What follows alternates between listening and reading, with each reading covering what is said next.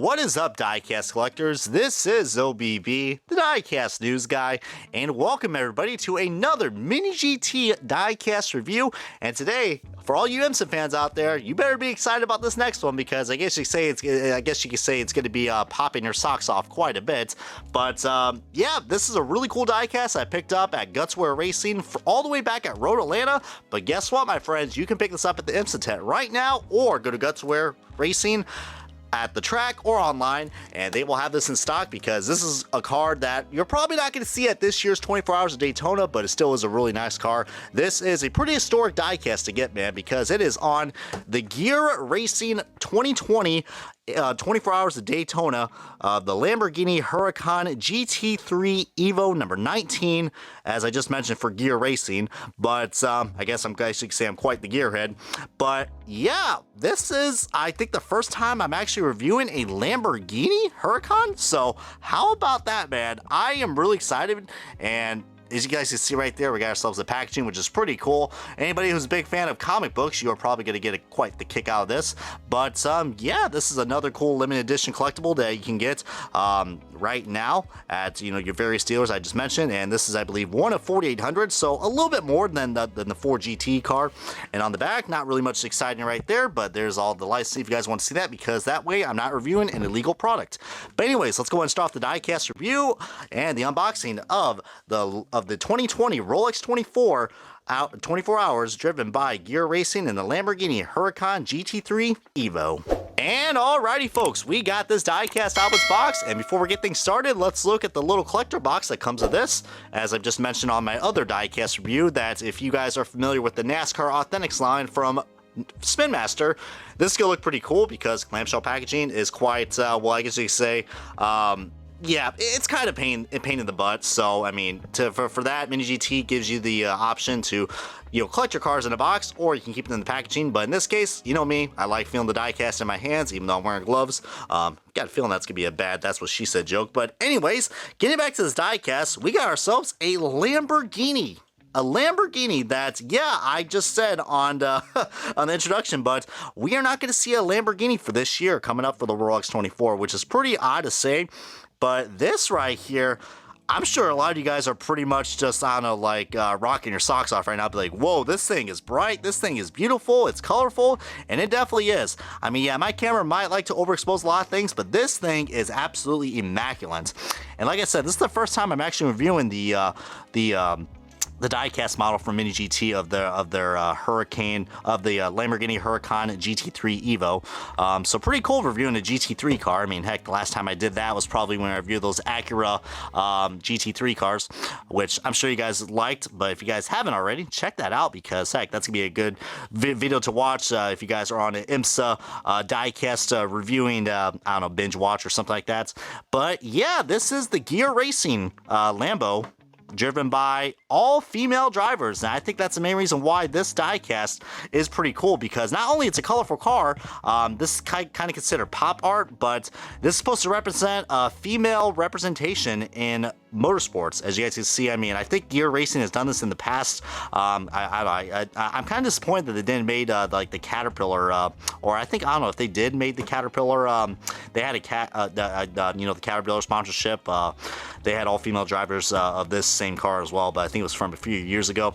But this is an absolutely immaculate car, man. I love the nice little details, which we'll get onto pretty soon. But we'll probably we'll look at these fine details, but I will tell you guys about what actually, if you guys wonder what Gear Racing stands for, it actually stands for Girl Empowerment Around Racing. So it doesn't take genius to figure that out. But the female drivers that include this, of course, some might actually sound familiar if any of you guys are big IMSA fans or IndyCar fans. Catherine Lake will probably come into mention, along with Tatiana Calderon. What was it? We got Rachel or Rahel Frey, if I'm not mistaken, and also Christina Nielsen, which of course those are the two star powers right there. As you can see, the other two are just right there on the A or B post of the card. But pretty darn nice, man. And as you can see, we are looking at the fine details. We get the Squadra course. I almost want to say Scuderia, but that doesn't make any sense, Brian. This ain't a Ferrari. But we see we got the molded windshield wiper, which is really cool. The air vents, which you also see are also dotted to represent the carbon fiber. And then you see just got different shades of gradient. You got like the bright banana yellow, you got that bright magenta pink, the green, the blue, and there's like different graphics around this, man. Almost looks like a damn comic book, man, for anybody who's a big DC or Marvel fan. And since we're gonna get the comments rock and rolling, man, heck, are you guys a DC fan or a Marvel fan? But don't be fooled by these headlights. These headlights might look like they're decaled, but I think that is actual plastic, which is another thing I really do like what these Mini GT diecasts are, because you're getting a full metal chassis diecast from head to toe, except for the wing and the undersides. And also the bottom, I think, is also metal with rubber tires. But man, look at that. I mean, I know some people probably aren't the biggest fan of the Lamborghinis, but this is pretty cool. Just because I guess you could say they're not as like, I don't know, like I personally don't mind the GT3 cars. I mean, I don't know. Comment below what has been your favorite. What is like? I want to hear your guys' opinion since we're talking about IMSA stuff now. What is your overall favorite car in the series? It could be from past then, or it could be up to now. I mean, I know one thing. Everyone loves those freaking everyone likes those the GT prototype cars, man. Holy Christ, those things are mean and fast. And Mini GT is going to be on the A game coming out with those very soon, so I'm looking forward to that. But yeah, this is so cool. See, we got the Michelin branding, but of course we can't have the Michelin logo on the tires because that would look pretty crappy. But you see all those graphics right there. We got the Florida Chamber Safety Council, which, by the way, if you guys were at the Roar, if you guys don't know what Roar is, no, that's not the same song as the Katy Perry song or What a Lion Makes. The Roar is actually a testing session that is actually free to go to, actually, if you order a 2-day pass for the Rolex 24. So, hey, how about that, man? So, speaking of that, there's the Rolex 24 logo right there, nice and goldy. We see the Michelin Man VP, which is one of the sponsors for one of the lower tier series. And you see a lot of other cool stuff. We got Gear Racing, really, really nice stuff right here. I love the graphics on this. But I was trying to say earlier is that this is like a pop art, and on the Roar, they actually put Roar on this instead of the sponsor, which I thought was pretty cool. But then on the back, you can see more air vents right there, and of course the spoiler is plastic. And look at this, man. This right here is something I don't think no other company can do. I mean, look at how pristine and precise it has to be. You see the Lamborghini branding right there on the bottom of the taillight, if I'm not mistaken, with the individual plastic pieces for each taillight, the rear diffuser, the exhaust ports, which are also molded in. This is worth $20 because you're getting some really great detail for a diecast that's supposed to be, you know, a toy car, but this definitely ain't a toy car. It even says on the box, this is a collector's item. So, God, I love what Mini GT does with these things, man.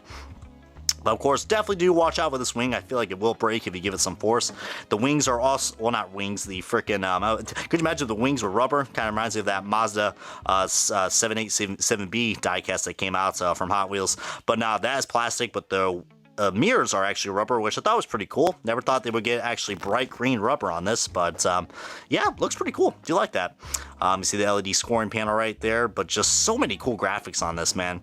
And of course, well, actually, I can't really say it's the same size as the other side because we got different colors on here. So that's one cool thing I like about endurance racing, man. Heck, they don't have to be symmetrical like, you know, NASCAR. So, but look at that, man. I mean, just so many great different, this car is just all over the place, and I like it. I don't know. I'm a huge comic book fan, so yeah, this right here, I think it's a must get.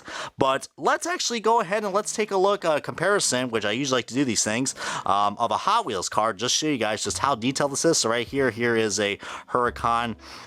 Lamborghini Huracan. I believe this is also a GT3 car, if I'm not mistaken. Well, not really the same thing. It's a oh yeah, it's a LP 620 Super Turbo, but still, it's a Lamborghini Huracan, so pretty much it's going to be the same. I mean, of course, there's going to be some differences in terms of the die-cast quality, but we actually do got mirrors actually on the Hot Wheels car, which I thought is pretty cool. But the mold definitely is a lot better. I mean, $20 compared to, I don't know, I think I find this in one of the blind bags, if I'm not mistaken, which actually is a pretty rare one. I'm just kidding. I got it on eBay, so. But going by the comparisons, man, I mean, fairly, I mean, the Hot Wheels one actually has some good detail in the mold, but yeah, I mean, the Mini GT, man, is just all good. I mean, actually, I think this part is actually metal, so that's one cool thing I do like about the Hot Wheels car. But the Mini GT one really does a good job. You even see, you know, you actually see the molded interior as well. Pretty nice. I can't believe that wiper is actually molded in. That's pretty cool. On the back, if you guys want to see that. And yeah, there's the other side if you guys want to see that as well, as that is pretty much going to wrap it up for this diecast review. So I really do appreciate you guys watching these IMSA Mini GT reviews. We're going to have a lot more interesting content coming out of what I'm going to be getting at the Rolex 24. So hopefully some more diecast like that for you guys for me to review, to give you guys some variety on this channel. But if you guys haven't already, comment, like, subscribe, and yeah, because it does help me out. And not only I appreciate you guys, you know, showing the support, but it helps me out with the YouTube algorithm. And with that in mind, this is gonna wrap up the Mini GT diecast review of the 2020 Lamborghini Huracan GT3 Evo number 19 GTD car, driven by the Lamborghini, driven by all these female drivers that we're seeing right here. As you guys can already see, I already have a mouthful, so I'm gonna go ahead and I don't know, I'm gonna go read some comic books now. So have a good one, y'all, and we'll see you all next time.